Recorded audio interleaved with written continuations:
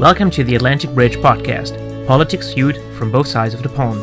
My name is Stefan Sasse, and with me is my co-host Emmett Booth.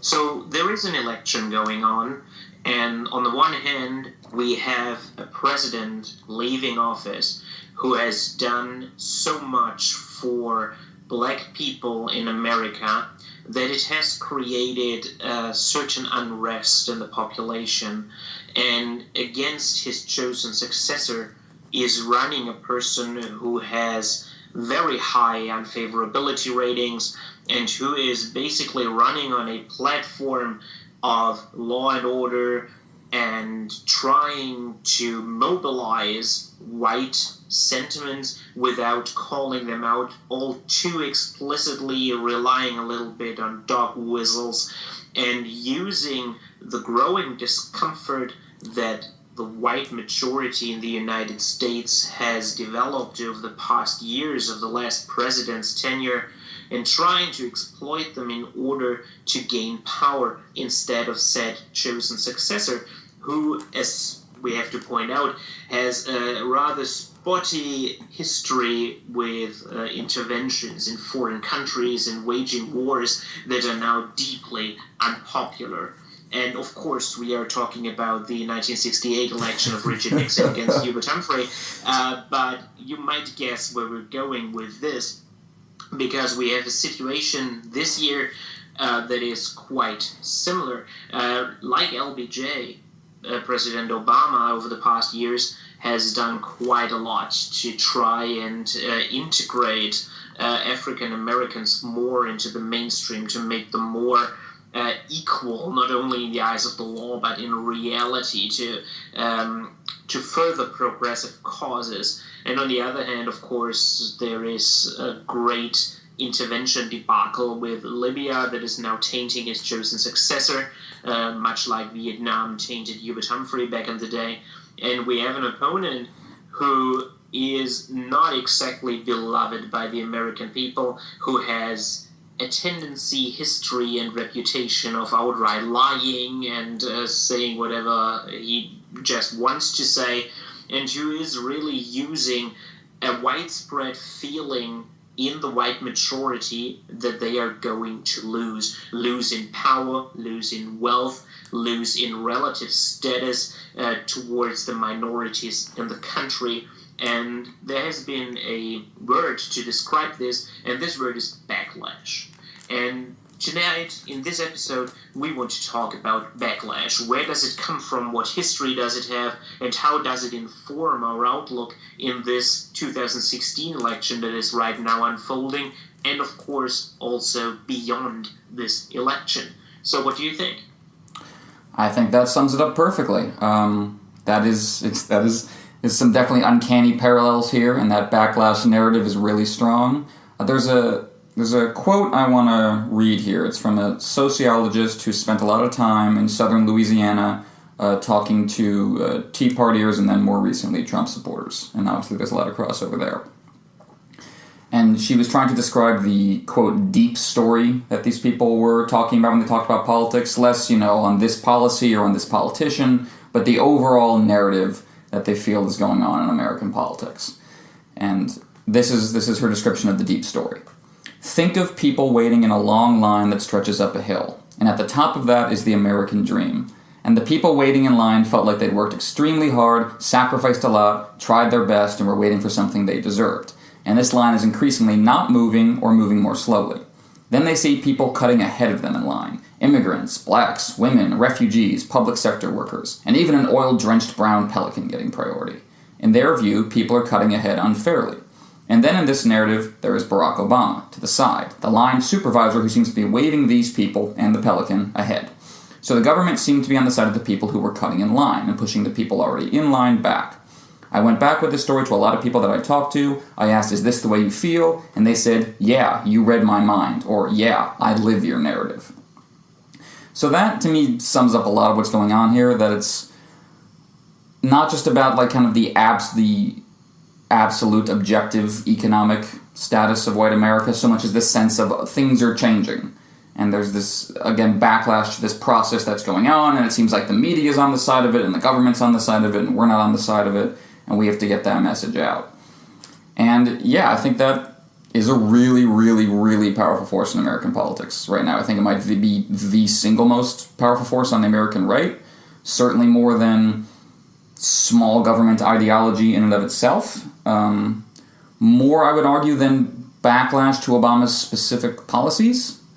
I've always thought that, what Republicans and Tea Partiers objected to most was less Obama than his supporters. Less the man at the podium, who objectively the Republicans know really that they could deal with and is a moderate dude, and more the people clapping behind him. That's more what the Republicans have been objecting to. And that deep story kind of gets that across, this idea that there used to be the way this system worked, and now it doesn't. Now people are taking advantage of it, and the government's on their side. So the question, you can put aside for the question of how valid this narrative is, but the question is, how it came about and where it came from.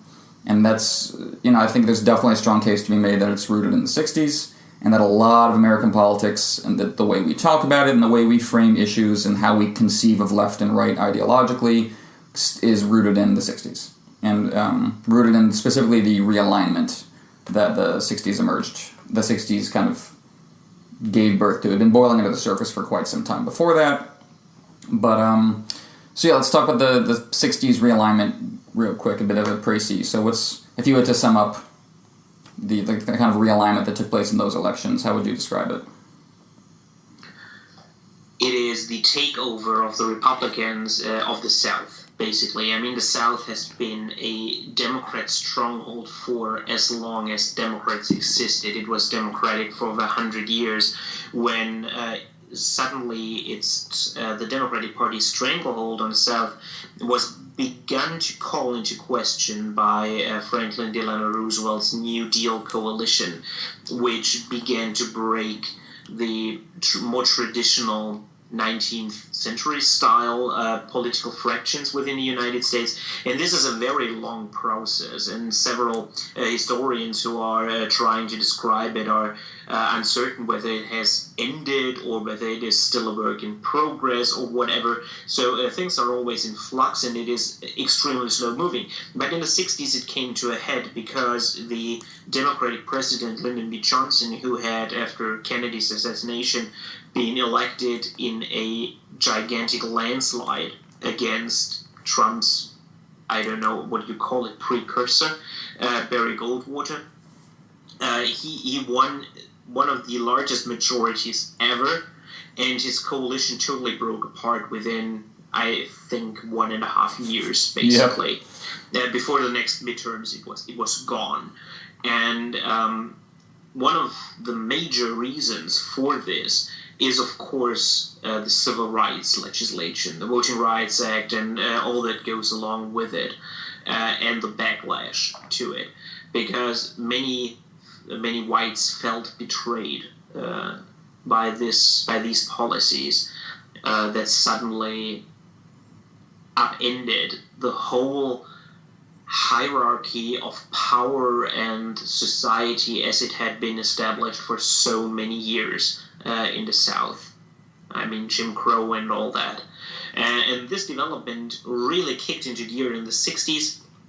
It was interrupted once by Jimmy Carter's victory, which if you look at it today, it is almost schizophrenic, because he won an anomaly. Was practically everything the Democrats have won ever since. And then the Republicans used the South as their strong power base for 3 consecutive elections until Bill Clinton, with his triangulation and less savory tactics, managed to get the White House back. And many people are now seeing Obama as kind of a natural turning point in this, like he and his presidency repudiate this whole strategy and now pose a counter-narrative to it. But I have read an article, I unfortunately don't remember who wrote it, but the article argued that much of the current backlash, the overt racism that we are now seeing, which is so much stronger than even in the 80s, in terms of its openness and shamelessness with which it is conveyed openly in public, that this is a reaction to Obama, that somehow the people who are doing this feel emboldened by his presidency to do this. And the article then went on to prognosticate that if Clinton wins, that we will get a similar backlash in terms of sexism, which is kind of scary if you think about it. Certainly. And I think this is a really interesting way to look at things. Like Obama in this case cemented the progressive view on the progressive side of things, but at the same time he also stifled all progress that had been made so far on the Republican side of things. If you look at 2012 and the after-action report that they did and all that kind of stuff, and they really went backwards and entrenched. And the same thing may be happening if Clinton wins for women. And this is kind of strange, actually. Yeah, I mean, it's 2 steps forward, 1 step back kind of situation. The backlash is really strong, and it's something we were talking about just before we started recording, that what's really important to consider here is not just absolute power and wealth, but relative power and wealth, and how it changes over time. I mean, there have been studies done on Trump supporters pointing out that, that they're not, on the average, they're not doing that poorly, economically speaking. Obviously they're not all rich, but they're not on the poor end of the Republican spectrum or the white American spectrum writ broadly. So, how can this, why do they express economic anxiety when objectively they're doing pretty well? And the answer is because it's an overall, this is just a snapshot, and it's been an overall process of change. Like maybe they're making $80,000, and that's pretty good, but maybe they used to make $100,000. Or maybe they're making $80,000, but that doesn't go as far as it used to. Or, they're making less money, or their incomes are stagnant when they know their parents kept making more money. Or that, that there used to be a sort of status and privilege exclusive to it that came with this that is becoming less and less the case. And now it's being shared more broadly with people who aren't in their tribe. I mean, I saw someone on Twitter saying that, what Bill Clinton was trying to push the Democratic Party in this direction of wholeheartedly embracing capitalism and all its tools as a way of getting opening up the middle class, especially to non-white people, and that in order to sell that to like you said, he broke the Republican hold on the presidency, and one of the ways he was able to do that is he was able to sell his liberalism as not being connected directly to the culture wars of the 60s.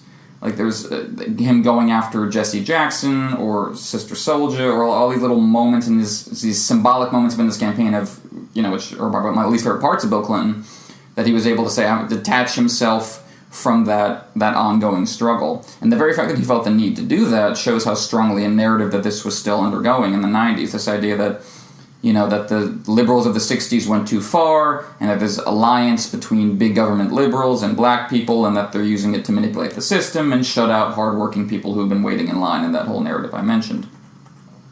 And that backlash, so, that sociologist calls it a deep story. That means it kind of, it erupts to the surface in these different times in different ways, but it's all coming from the same source. So I definitely think a backlash to a Hillary presidency could be focused through gender in both cultural and economic ways, but I think it'll still be the source of it will still be the same anger and resentment that fueled the backlash to Obama. I don't think it'll be appreciably different. Like if Hillary got elected in 2008 instead of Obama, I think there still would have been a gigantic culture backlash, filtered, economic anxiety filtered through a racial lens, which is how I think about a lot of American politics. So I think, we'll see which form that takes, but I think, and this is somewhat reductive, but I think it's the same fight, that we're seeing kind of come in waves, and the right does seem to have this attitude now that they're losing. I mean, when you hear, a lot of Republicans, a lot of the theme is, this is our last couple elections, we're going to be able to win, at least in our current form, and, you'll get the crazier ones saying, as soon as those illegals get across the border and they have the right to vote, that's it.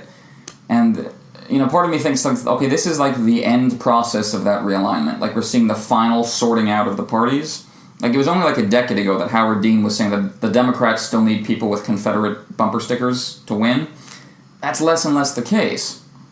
So, there is the question of what that does to the Democrats if they give up economic populism entirely because it's connected to this older racial element. That would certainly be unfortunate. But the backlash politics seems to have taken over entirely the Republican Party, and the Democratic Party seems less and less willing to cater to any element of it. Whereas when Bill Clinton was running, he was definitely catering to it, to the extent that he had to win. So I think the case is strong to be made that we're moving into a different era of that realignment, a different era of that backlash politics, a more, like you said, even compared to like the 80s, a more blatant and kind of fully sorted out one. That it's the parties are kind of, liberals and conservatives have gravitated to their parties. That is, especially racial liberals and conservatives have gravitated to their parties. Trump and Obama are kind of the ultimate outgrowth of that. And it'll be very interesting to see where that goes from here. But so when we talk about like a sexist backlash to Hillary Clinton and to her presidency, like what are some examples or potential future examples that come to mind? If you think about a counterfactual scenario in which 2008 Hillary Clinton wins the primaries and is then elected, I think we would still have a backlash against blacks, of course, because Hillary Clinton, despite what many people say, is also a progressive. She's different than Obama in many respects, but I think they both share, to some extent at least, a progressive vision on that front. I think Hillary has a stronger focus on families, children, and women. Absolutely. And Obama naturally has a little bit of a stronger or more natural focus on the race stuff. But in the end, it is a question of nuance, not a question of direction.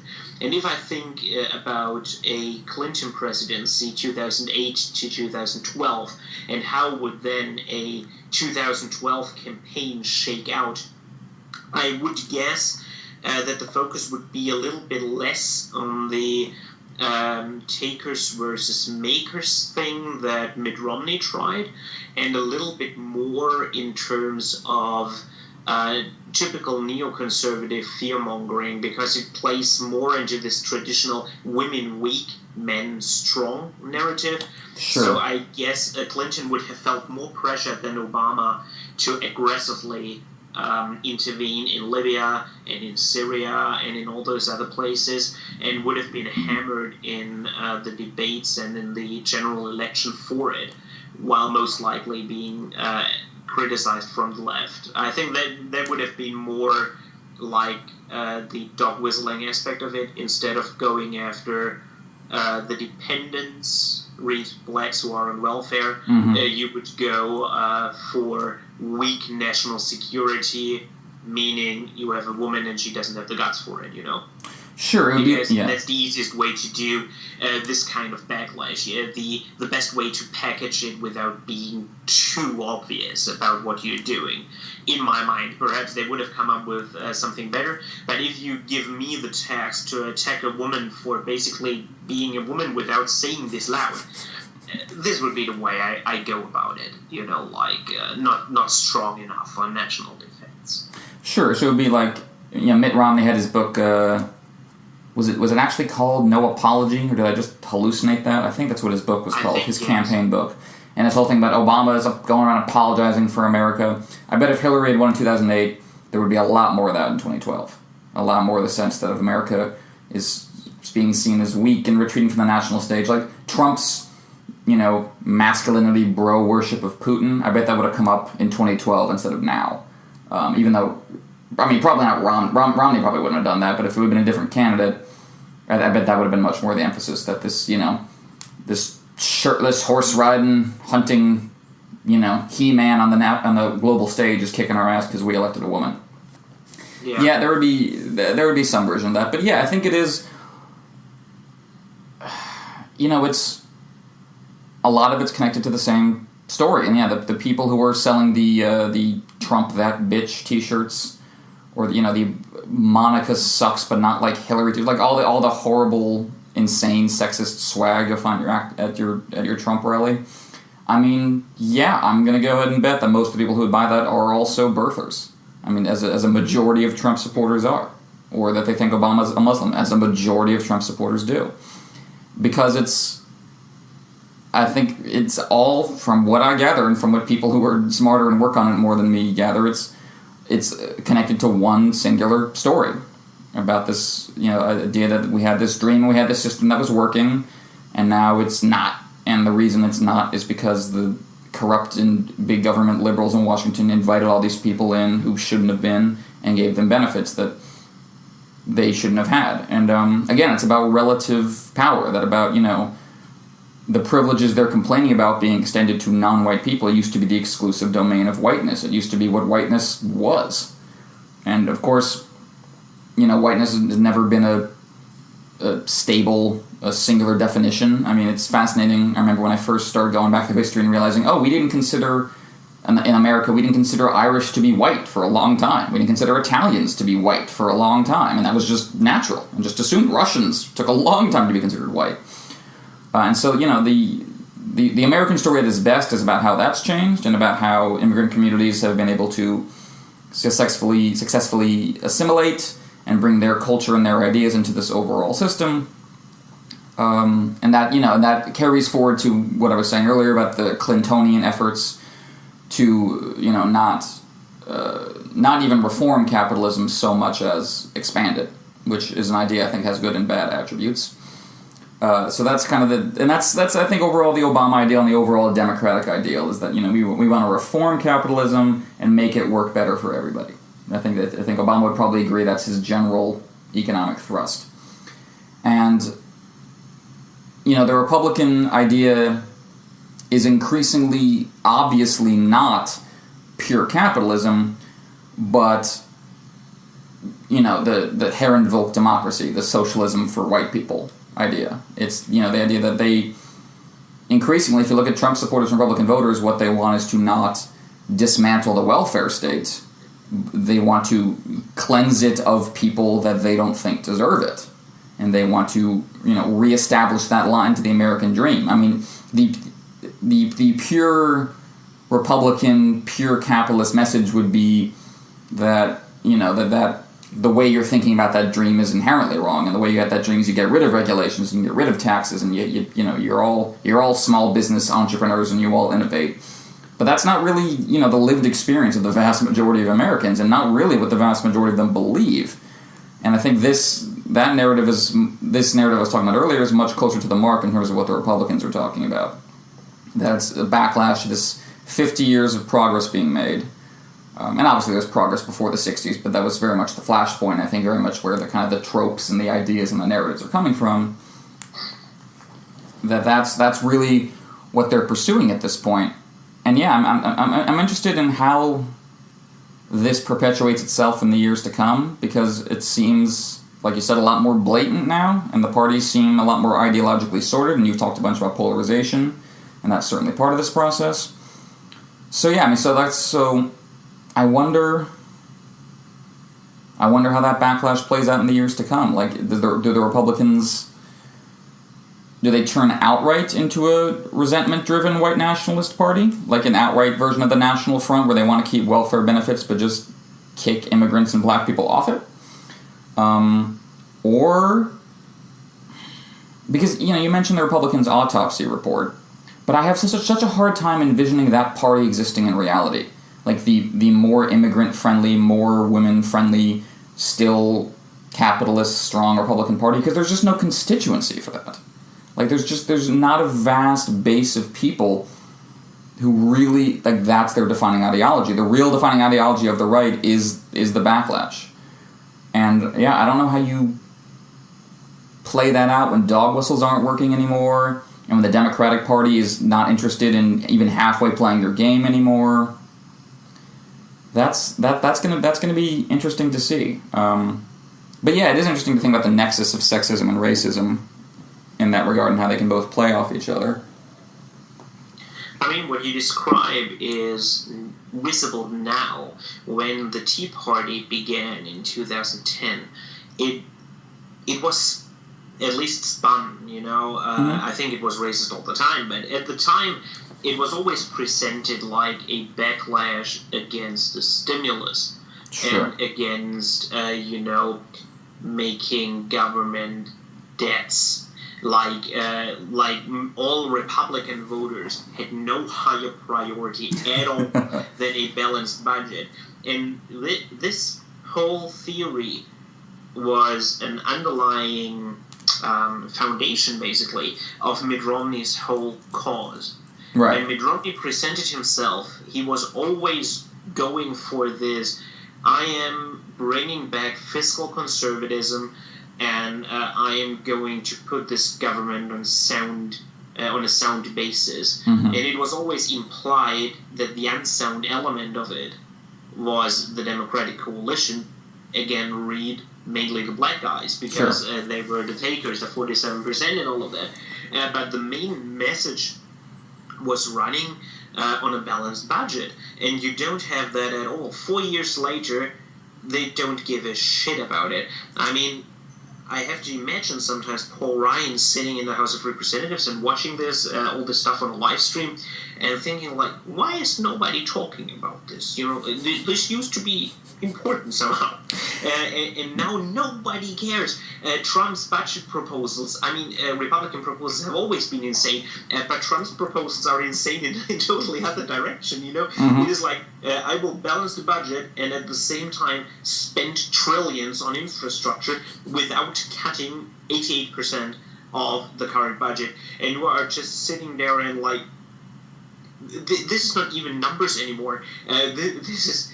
Paul Ryan's budget was like magic with numbers, but there aren't even asterisks here anymore. This is really has nothing to do anymore with math or economic stuff. It went right out of the window, and this suggests to me, at least, that fiscal conservatism never had such a strong hold on the Republican constituency as everyone thought all the time, and it was more or less taken as part of the package, much like Democrat voters in the 50s and in the 60s took the progressive policies of their presidents as part of the package until it was simply too much for them, Yeah. And we see currently a similar phenomenon going on the right. This is just too much now. You cannot win with it. It is not like they are running explicitly against it, but they dropped it like a hot potato. And now it is all like, we are going to rescue Medicare, and we are not touching Social Security, and all the states will expand Medicare, but not Obamacare, of course. This is totally different, and all this kind of stuff.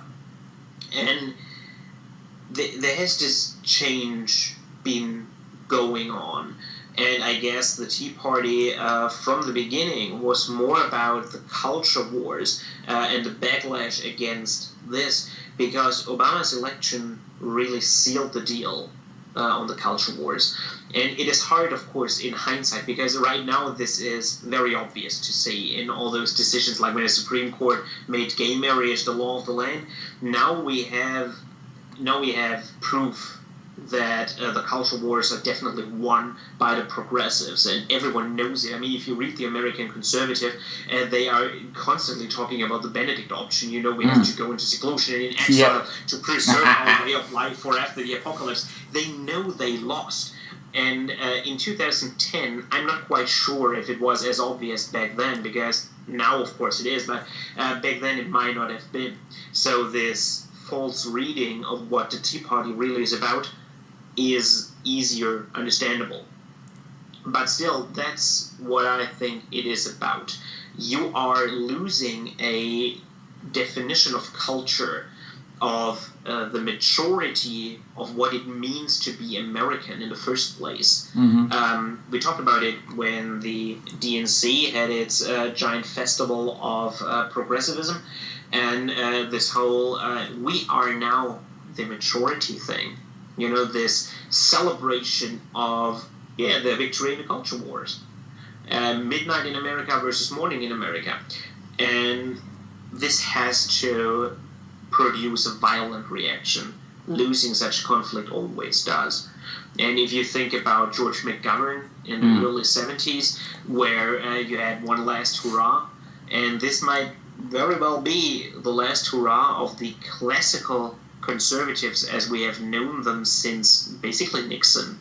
As much as George McGovern was a last attempt of liberalism as we have known it since FDR, and it was supplanted by Jimmy Carter and then Bill Clinton, and maybe we will see a little bit more of a moderate republicanism on that side, because I simply cannot see a Republican Party that embraces white nationalism like the French Front National or anything like it, because they cannot win elections in a two-party system with it. Yep. If the US was a multi-party system, yes, of course they would.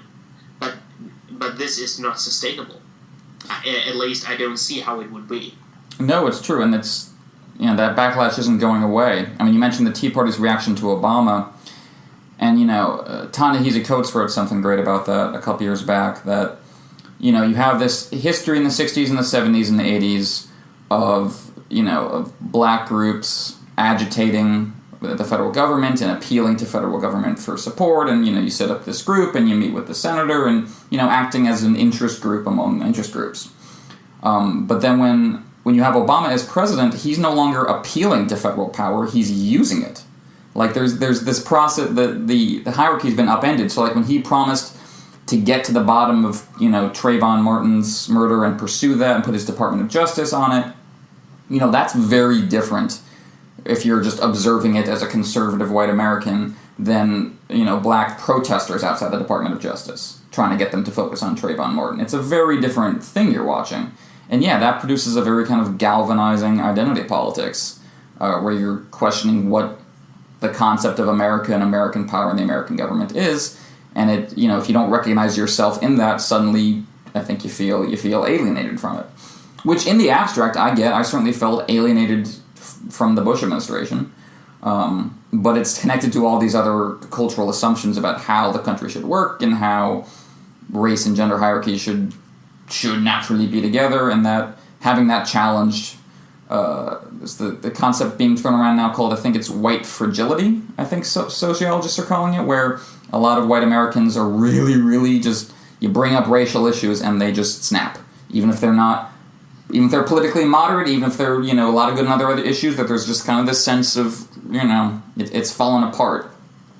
And that definitely is rooted in this kind of overall narrative that's been developing since the 60s. There's the concept of the Reagan Democrat, which has become, you know, very much a cliche in American politics, but it has solid roots. There's the Democratic pollster Stan Greenberg did this great study in Macomb County in Michigan near Detroit, a county that was, you know, previously strong, you know, Union Democrats. And so you talk about the South being the base for the Democratic Party for a long time, and that was the idea that the Democrats were the populist party, the party of, you know, of the working man, and that, you know, that kind of that's why, you know, FDR ran on that and JFK ran on that, and that there was this switch that Greenberg found when he started studying this county of largely blue collar auto workers, where they stopped seeing, you know, they used to think the Democratic Party is the champions of the working class and of moving up the ladder, and now saw them as the party of, you know, redistribution to the unworthy, you know, whether that's the poor, the unemployed, or black people, or feminists, you know, this kind of large coalition of a basket of deplorables, if you will. That you know, this was the narrative emerging in the 1980s, and, you know, I think that narrative is still with us, but it's become this other layer of backlash, and where now they can't stand even being called on it. Like, they don't even, it's not just that they're angry about change, but they're angry about being called on their anger for it. And that gets into political correctness, which is a topic for another time. We could do a whole episode on that. But that's definitely, I think, part of what Trump presents is not just angry racists, but angry racists who are sick of being called racist. You know, that's definitely a part of it. The Republicans, like, it's like neither party is evolving in a vacuum, I guess what I'm trying to say. Like, they're feeding off each other. Like, as the Democrats get more and more confident, like you said, throwing a rainbow coalition party at their convention, the Republicans react to that because they're being called racist. And then then they dig in their heels and the Democrats respond to that. So it's as the Democrats have gotten further and further away from having to appeal to Reagan Democrats, that's I think it's only deepened the polarization on these issues. And yeah, the Republicans have been so good at speaking in code about this for such a long time, and so good at getting people to the polls on this basis and then turning around and selling a purely corporatist agenda, that, yeah, the backlash against them was definitely coming, and now it seems to have arrived in full for them. But yeah, Paul Ryan, like I said, Paul Ryan's sitting around realizing, oh, I'm one of the only 12 people who actually believes this stuff. Like, if you really want a balanced budget now, if that's really your concern, vote for Gary Johnson, because he thinks you can cut 43% of federal spending in a year and that won't cause the apocalypse. So, but that's not that's the people who are supporting Gary Johnson in the polls right now are disaffected Democrats, disaffected younger Democrats for the most part, or disaffected moderate Republicans who don't like Trump. So there's no, I think Trump has kind of exposed that there's no real constituency for that classic conservative agenda, that what's really, driving the right is racial resentment and, cultural resentment in this whole deep narrative. So, but there's no Reagan Democrats to pick off anymore. The polarization is pretty much complete. So we'll see how they fight it out, but I mean, it's just becoming more exposed and more raw and more blatant over the past couple decades. And the Democrats are losing patience, and the Republicans have no other base. So I'm interested to see what Republican politicians who don't want to feed on backlash politics, what they do now. I mean, are we going to see, if Trump loses, are we going to see an active, explicit fight within the Republican Party about cultural resentment being their engine? Is that going to finally come out into the open? Or are they going to stand behind the autopsy and not collapse like they did in 2013 with the immigration bill? Or are they going to keep trying to ride this thing? I mean, the 2013 immigration bill kind of lacked an ideological foundation within the Republican Party. It was good politics, regarding a presidential race, but it was really bad politics regarding primary races. And I think this paradoxon is what broke the party's neck back then, and Marco Rubio's especially. And harking back to what you just said, I think you have to go back to the Nazis to find someone who has no problem being called a racist. This has been a pejorative term for quite a while now, which is, by the way, progress in and of itself. Because if you go back 80, 90 years, people have no problem being racist. This is just the natural order of things, So now, at least, we are at a phase in time where it is impossible, even if you are a white nationalist, even if you are David Duke, you cannot be called a racist. So this is a hopeful sign in and of itself. But the general dynamic that we are discussing here, this perceived loss of status and wealth and all that goes with it, you have this, you can go back in time as long as you want, you have it. If you go back to the Civil War and Reconstruction, people are fearing that the whole society is coming apart, because you cannot read any good book on the Civil War without being reminded that most people in the South never had slaves, but they backed the system because it gave them no matter how poor they were, no matter how deplorable or stinky or dirty or whatever they were still above even the best educated black slave. And this was then a system that broke down, and with it went a loss of status. You suddenly had black lawyers and black congressmen, and you were a tenant farmer being exploited like always before by a white landlord. And all that had separated you from the abyss of knowing that you are now at the bottom rung of society had been gone. And this is a mechanism that you can find throughout all of history. You can go back to the Romans and they're sneering and looking down on freedmen, and you find the exact same thing. People don't like it when they lose status, even if it does not come with a change at all in their economic circumstances or in their real power. Again, if you look back to Reconstruction, those poor whites who were now extremely resentful vis-a-vis the freed blacks ex-slaves, they were still as poor as they were before. They were certainly not poorer, and they still had the right to vote, and most blacks didn't. So they didn't exactly lose anything that you could grasp within your hands, that you could pin down as guaranteed by any rights or anything, but they lost perception of status. Sure. And the question that you brought up in the beginning of our podcast, is this an absolute loss of status or a relative loss of status, is, I think, instrumental into getting closer to this question.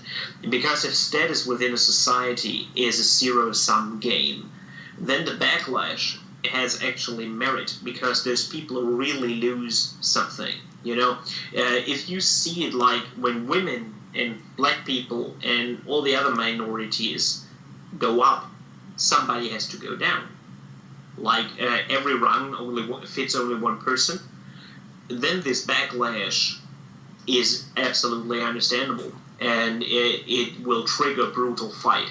There's a little undertone, funny enough, of communism and Karl Marx and all of it there. Sure. But if you think that every rung has place for multiple people, and that what you lose is basically relative status, because other people you have to share it with more people, but you are not losing it. I now, as a white man, have to basically share my status with a white woman now, just as an example. Sure. Because they have all the same options for their careers, for their lifestyle choices, all that kind of stuff. They can decline to be a bearer of children. They can decline to become my husband simply because I want to, or because I asked their father, or whatever.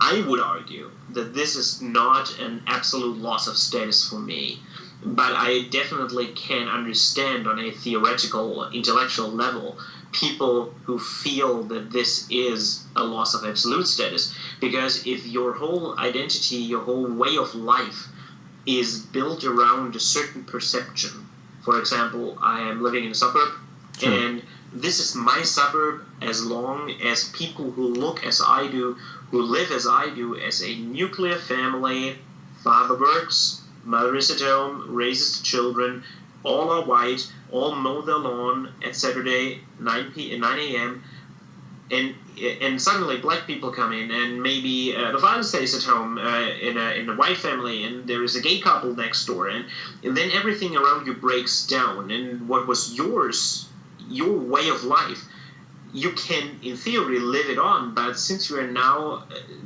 lost the whole habitat for it, it is really destroyed, even if you try to cling for it. So in this case, you will perceive a real loss.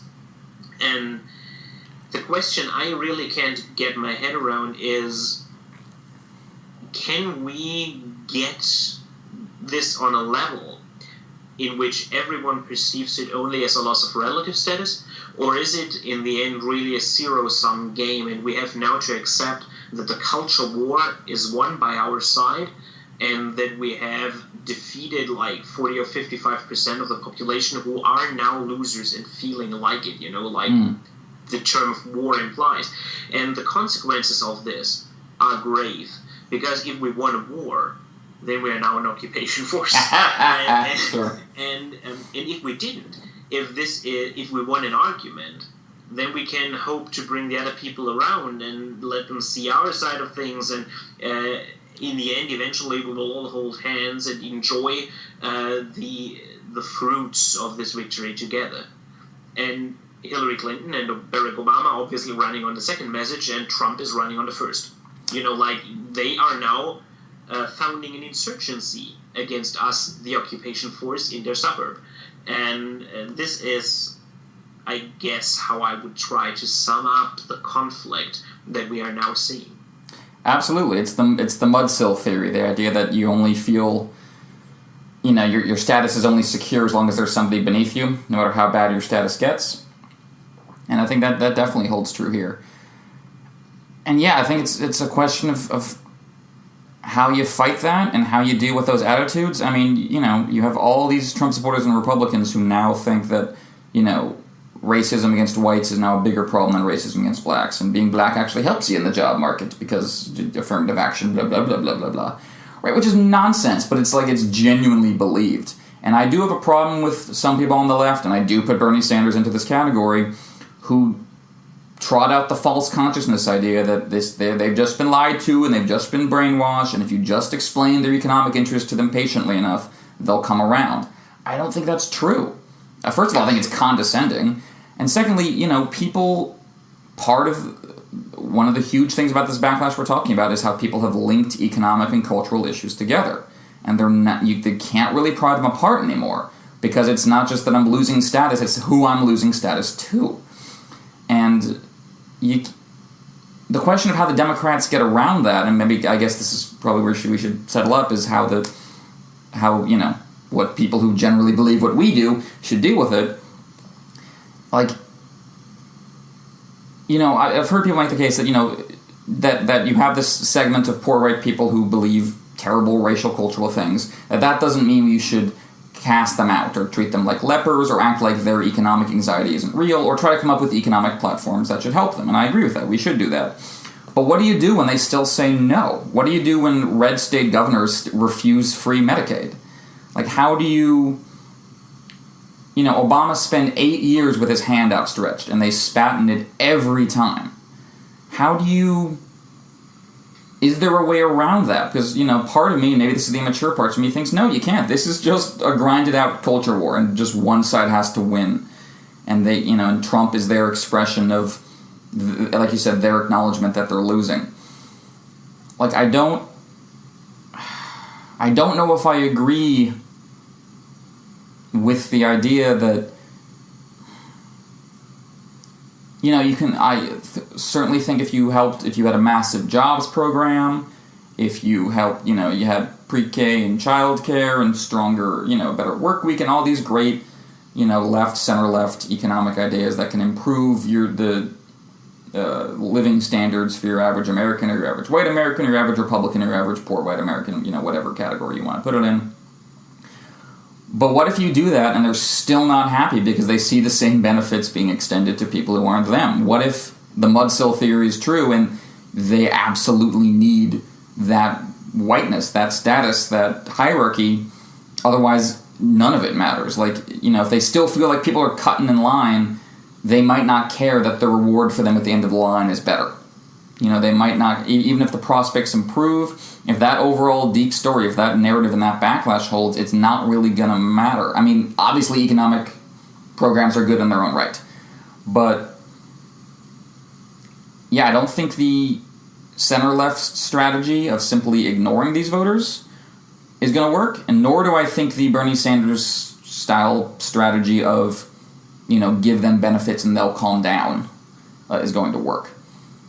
So, when these kinds of voters fled the Democratic Party, the Republican Party was waiting for them. Come home.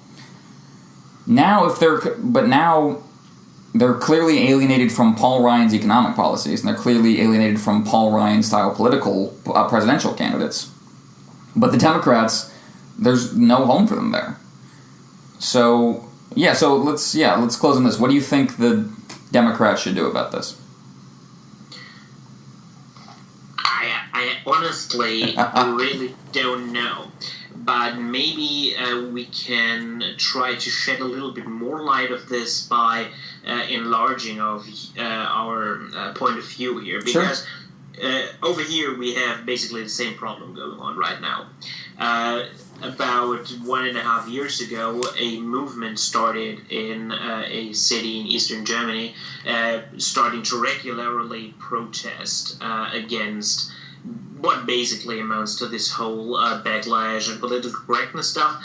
And they were calling themselves by the really wieldy acronym of Pegida, which means, translated, the Patriotic Europeans Against the Islamization of the Occident.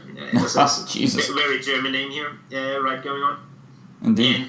And this movement basically tied in with what we already discussed in one of our earlier episodes about right-wing populism here in Germany, because we now have our own right-wing populist party, which for a very long time, as one of the few in Europe, we didn't have.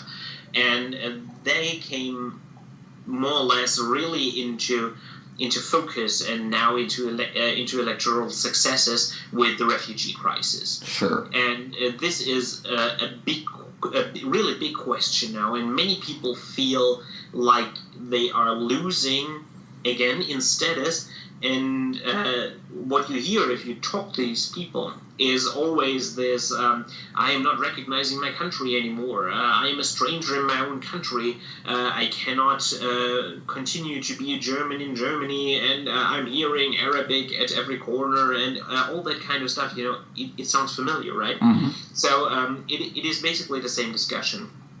And people here have real trouble in reacting to this movement, because they get a lot of people on the street, and there is obviously a constituency for it, not a majority by a long shot, but a plurality that is big enough so that it's hard to ignore.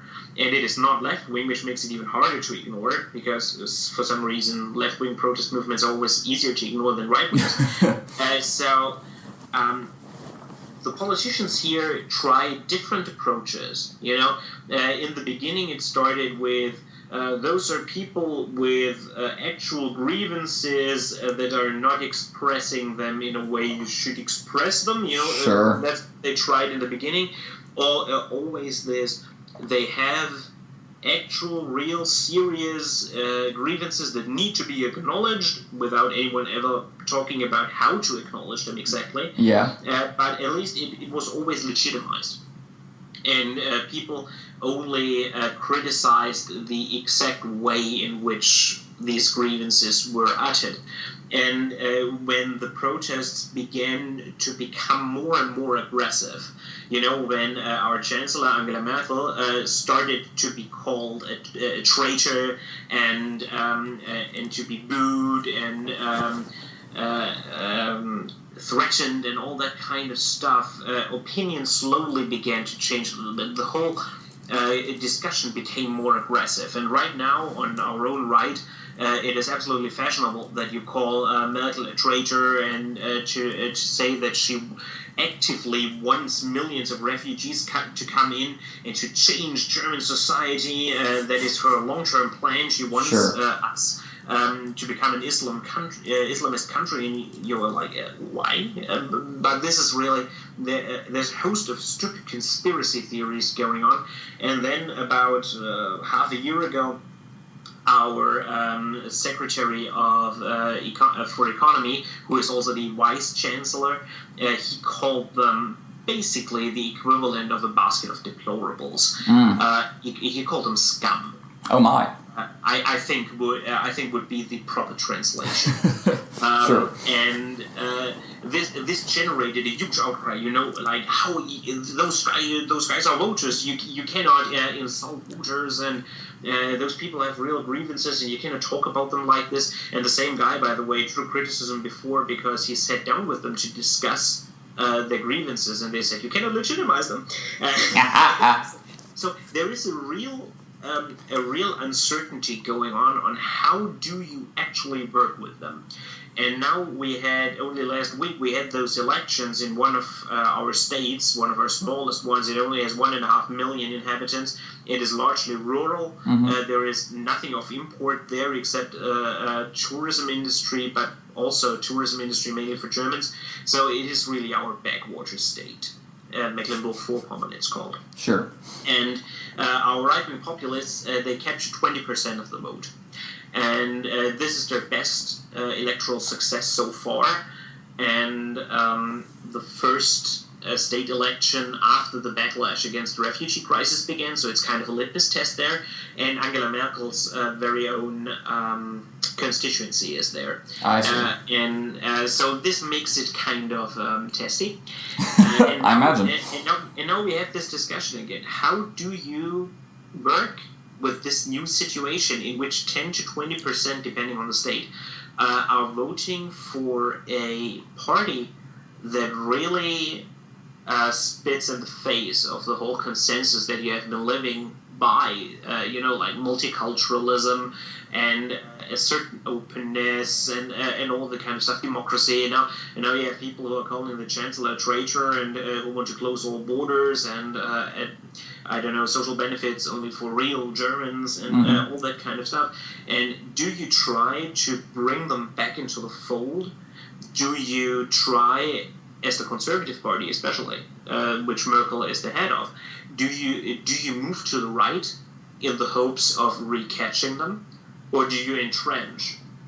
All those questions are totally hanging in the balance right now, and no one knows an answer.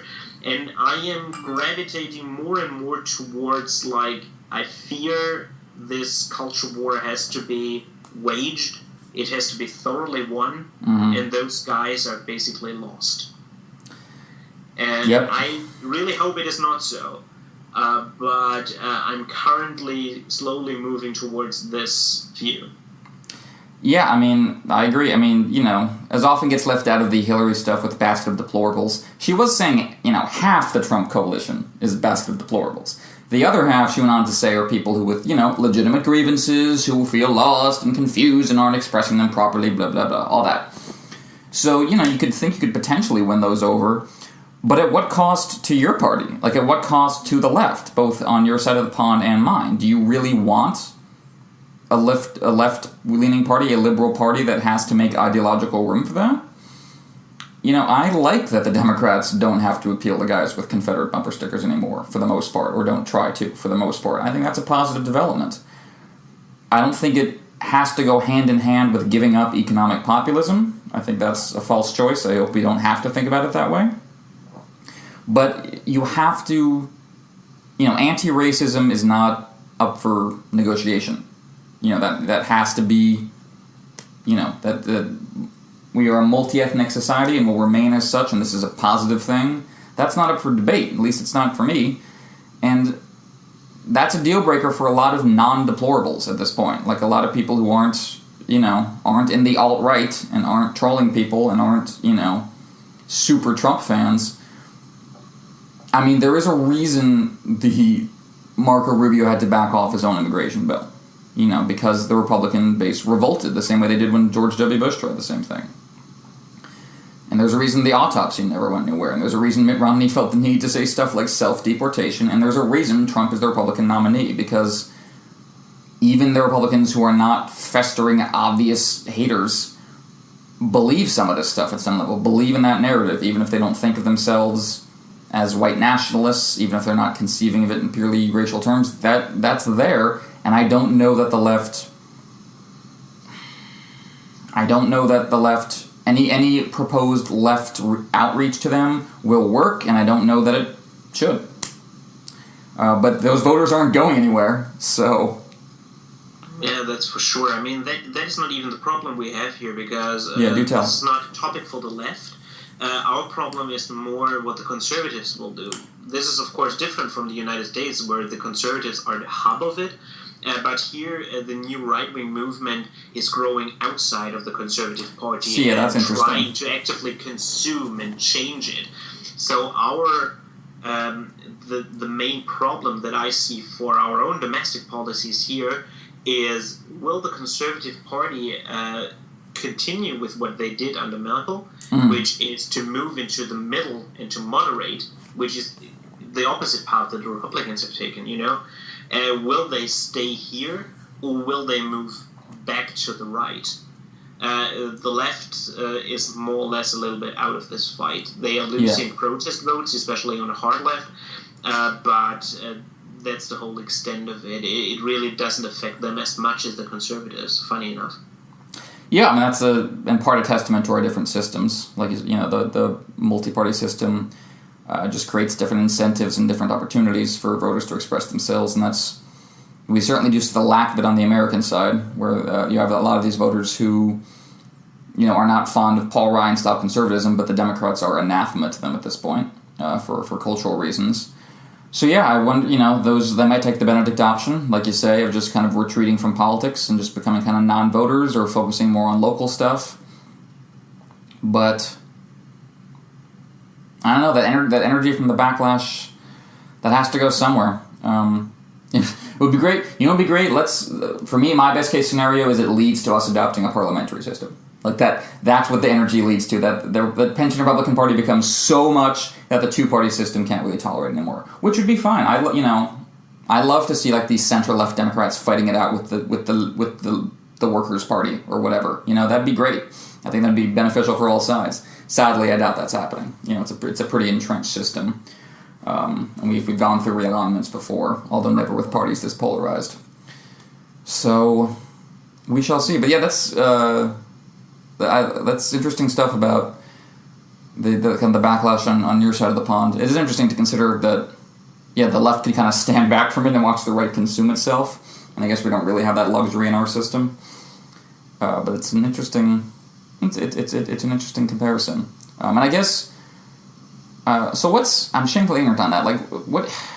And we'll move on to the close real quick. I just wanted to ask, like, how is the refugee backlash playing out now? Like, is that just going to continue being a thing, or are the numbers increasing at this point, or is it just about the people who are here, or like what's the flux of that politics? How is it changing day to day? This is one of the great ironies of the whole debate. When the whole thing started last year, in earnest, I mean. Yeah.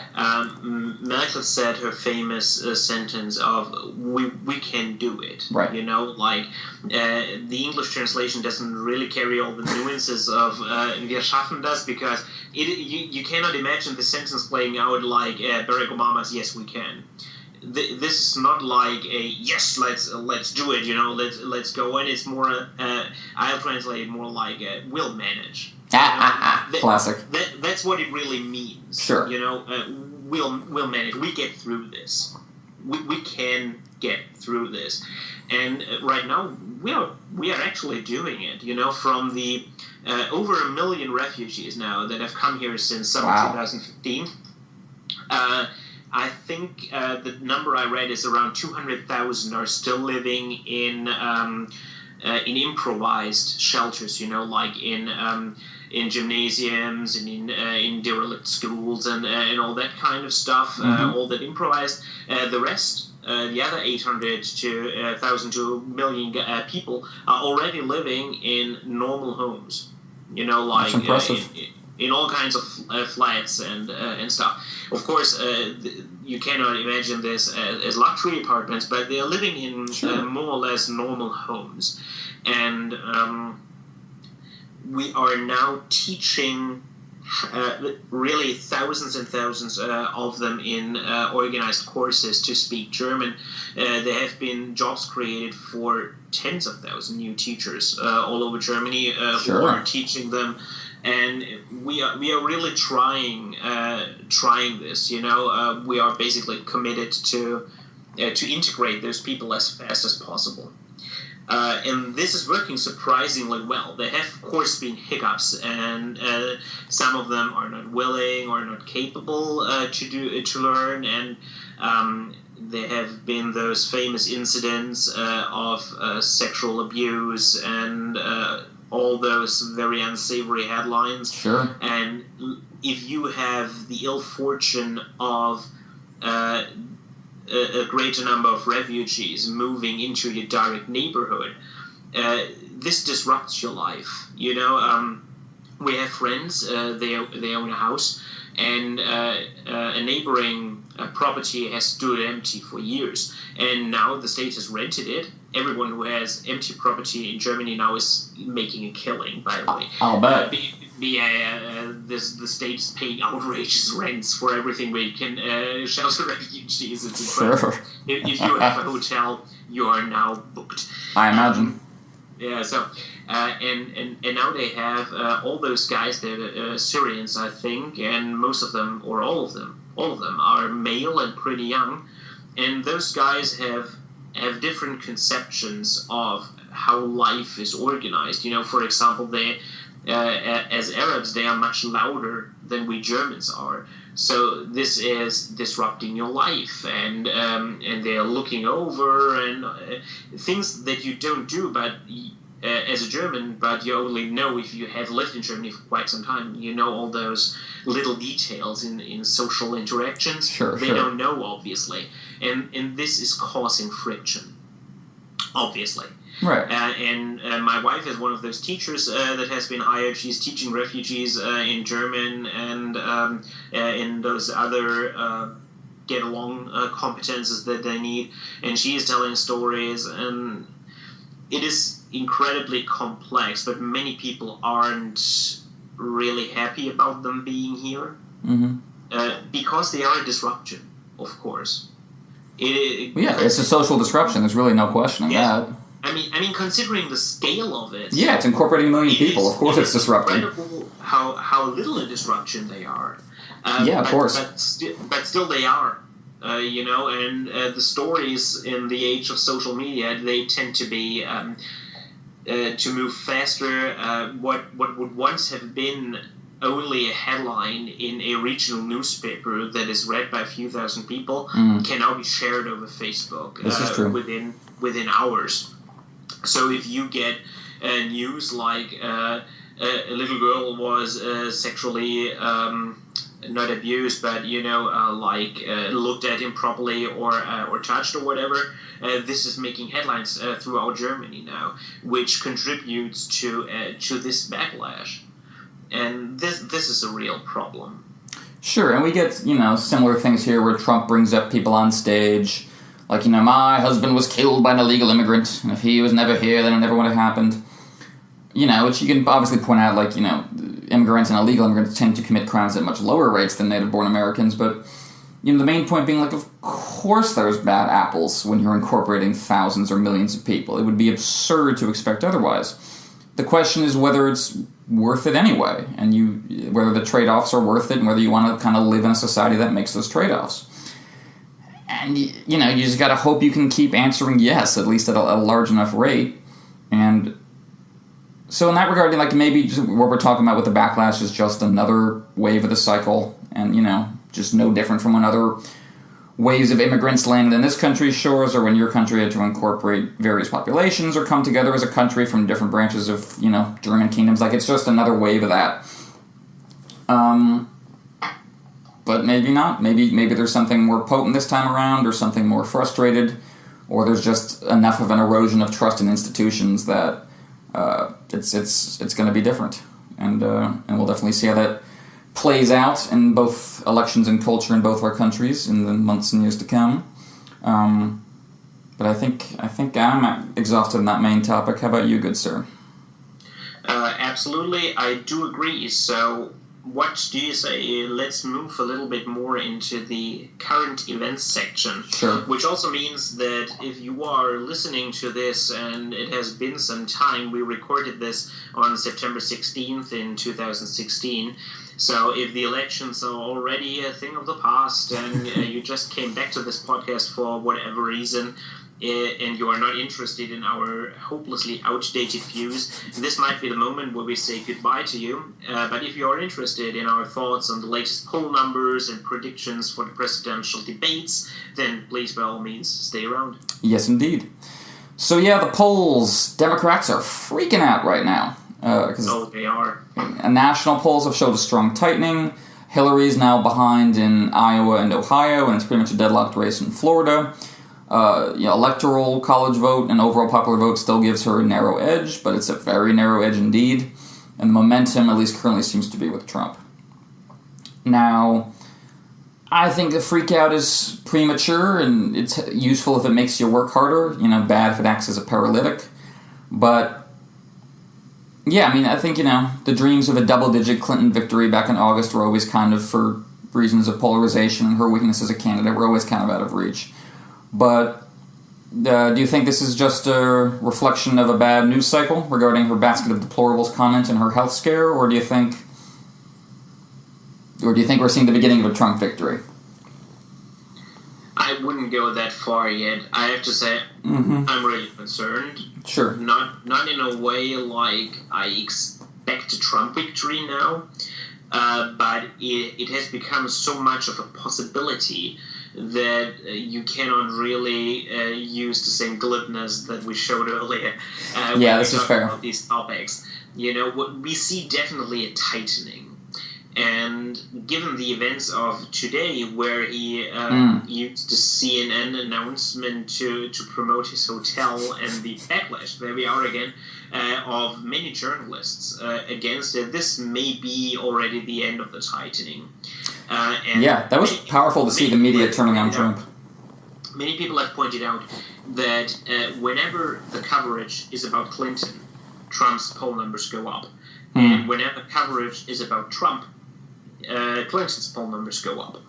So if the Clinton controversy with her foundation and the email stuff and her pneumonia and all that stupid red-ass shit is now finally over, we might see Trump get into full form and back into his own self and take all the spotlight there is in all those negative ways that only he can, and to widen the gap once more. Yeah, I think that seems... I got no arguments there. I think that's perfectly cogent. I mean, it's interesting. Trump has been more on message until today. In the last couple of weeks, he's been much more until today. He's been much more disciplined. It's the woman he hired. I think her name is Catherine Conway. I don't know if I'm right about that. But this is one of his new campaign staff, whose resume has always been about getting Republicans to appeal to moderate women. So she seems to have been having a tamping down effect on Trump, but the question has always been whether he can keep it up. And today, he really did not keep it up. Blaming Hillary for the birther issue is just such classic Trump nonsense. So that definitely is a break. And I think you're right. I think it could lead to a slight, a reversion to the mean, as it were, in terms of giving Clinton a 3 or 4 point victory, which is what I've always pretty much thought she was going to win. I had hopes of a larger victory earlier in August, not a blowout, but a larger one. But I think probably the 3 or 4 point Clinton victory is for me the most likely scenario. And I'll just go ahead. There is a possibility that this tightening of polls and this really bad week for Clinton in the end will help her a little bit, because the coverage of Clinton has become frankly ridiculous. I mean, we talked about it in our last podcast a little bit, and many journalistic outlets received really harsh criticism of it, and it started to pile on in the past few days. And now you have Trump basically going overboard and to reaffirm all this criticism. The media gets piled and piled that they are going after Hillary but not after Trump, that they are applying a double standard, they're giving Trump free airtime. And then what does Trump do? He rickrolls them into a promotion for his hotel. Yep. So this might be just a moment, and it is not that long to the debates, where the media is starting to pile a little bit more on Trump. Sure. And this might help Hillary as it raises the ridiculously low expectation bar for Trump in the debate. Not by much, but by at least a little bit. I think very good point. And my question for the debate, and I guess for the overall race going forward, is that I've always been kind of fascinated by what happens, what Trump does if we get close to Election Day and he's losing. Because part of me thinks he would just melt down at that point. Just unable to stand, getting his butt kicked by a girl on the national stage. So, the debate is obviously kind of could be a flashpoint for that. If we go into the debate with a few days of negative press for Trump, and it seems like the media might be turning on him a bit, I'm interested to see how that impacts his attitude on the debate stage and also Hillary's. But so that could be interesting. But overall, so how do you see the first debate unfolding? I believe it's on the 26th, 10 days from today. So let's say we're right about that. That Hillary recovers at least somewhat from her bad news week. Trump's feet are being held a little more to the fire. Let's say those are the circumstances going in. What are your predictions for how that unfolds? I mean, Hillary will be competent. She will have answers on pretty much every question. The main thing is, will she have the body language and the right way to convey those answers, not to come off as lecturing or arrogant or whatever. This will mostly be a game of perceptions for her, because everybody anticipates that she will be top-notch on the issues anyway. So all the suspense will be on her delivery, which is also a weakness of hers. So she needs to be in her game. And for Trump, it's mostly the opposite. Everyone assumes that he will be the buffoon that he is, and not provide anything substantial. So the question will be if he stumbles. And my best prediction is that if you look at the coverage that the debate will get, that many people will see it as a tie, because Trump will have cleared his, again, ridiculously low expectation bar, not making a fool out of himself, perhaps landing one or two good singers at Clinton, and she will have given a competent but not blowout thing. Basically like the third debate between Obama and Mitt Romney. Good comparison, yeah. Yeah. No game changer for either one. But this is okay for Clinton. If anyone really needs a blowout in the debates, it's Trump. Agreed. And I don't really see how he would do it, honestly. I think Clinton would have to make a huge mistake of some kind, or she'd have to... she'd have to be backed into this corner where she's defending the status quo or the way politicians do things, in regards to trade or war or something, in a way that, is defensible, but comes off very out of touch and stagnant. And, Trump wins if he makes himself look like the vehicle for anyone dissatisfied with the status quo, not just the alt-right. That's when Trump does well. If Clinton walks into that trap, I think she could be in real trouble. So I think she...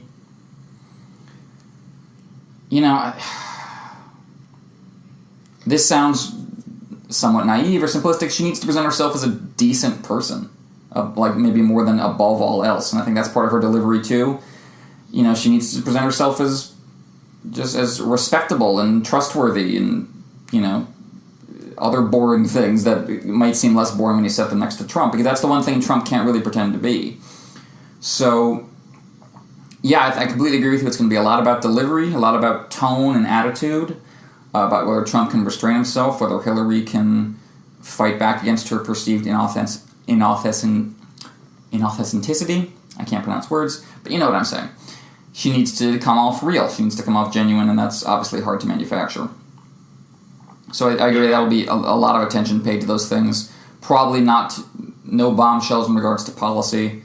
For me, the interesting questions will come from if Trump presses Clinton on trade. I think that could be potentially interesting. And if Clinton presses Trump on stuff like the wall and the Muslim ban. I will be very interested to see how he reacts to that, and how exactly how Clinton plays her hand in that regard. Because you're right, she doesn't want to come off as arrogant and lecturing, and there are certain assumptions within the media about her and about women in general that will play into that. But she does need at some respect to come off as the champion of people who hate stuff like the wall and the Muslim ban. That's her best chance to victory. And Trump, and I said, Trump needs to come off as the ultimate protest candidate. So I think, only one of those can win. I think one important aspect about it is the dominance game. Yeah. Because Trump wins all his debates and encounters by being the dominant factor. That's his whole body language and stuff. And by the way, there has been a really great and long article in The Atlantic this week, the centerpiece, so to speak, I think by James Fallows. And he talked about the debates and their place in history, but also very much about how they are perceived. And he said the best way to judge a debate and who has won is by turning the volume off and just looking. And sure. I think if Clinton manages to destroy, on a few occasions at least, Trump's dominance game, and this is of course where your part about the wall and all that kind of stuff comes in, because if he is getting unsecure with the facts, if he's needled by the moderator, then he will become insecure, and this is poison for him. This is toxic. And this is what she needs to do. She needs to lure him into a discussion of the topics and then let him destroy himself. Agreed. It is not for her to deliver the killing blow. Also, once again, because of the backlash stuff, many voters will not really like the idea of a woman destroying a successful man. Yep. So this is something where she has to be careful. It's much the same as Obama can't get angry. So she has to win the dominance game without being dominant. You know, this is kind of making a circle square. But I guess this is the challenge that she has to pull off. Yeah, absolutely agreed. That's going to be a fascinating dynamic between those two. As purely as a political junkie, I'm highly looking forward to it, I must say. Oh yes, it will be much more interesting than our own debates. Is that right? Oh my God, they were so boring. The outcome was never in doubt. Merkel's challenger was extremely bland, basically, and she won it in her closing statement with the one sentence, "You know me," and that was basically it. That'll do. This is pretty boring. I don't think Hillary Clinton will say, "You know me," because yes, we do, Hillary. Yeah, Yes. And a majority of us don't like you. Yeah, so. Yeah, that's the problem. So what she needs to do is to really, again, square the circle. Yep, I agree. I think that about wraps it up on my end. Anything else for you, good sir? No, just to say goodbye to our dear listeners and see you again in a fortnight. Yes, indeed.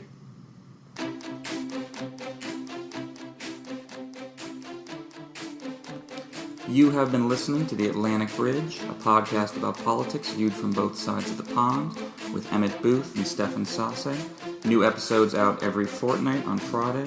You can find us on Tumblr and YouTube and our own personal sites at poorquentin.tumblr.com and stefansasse.deliberationdaily.de. Thanks for listening.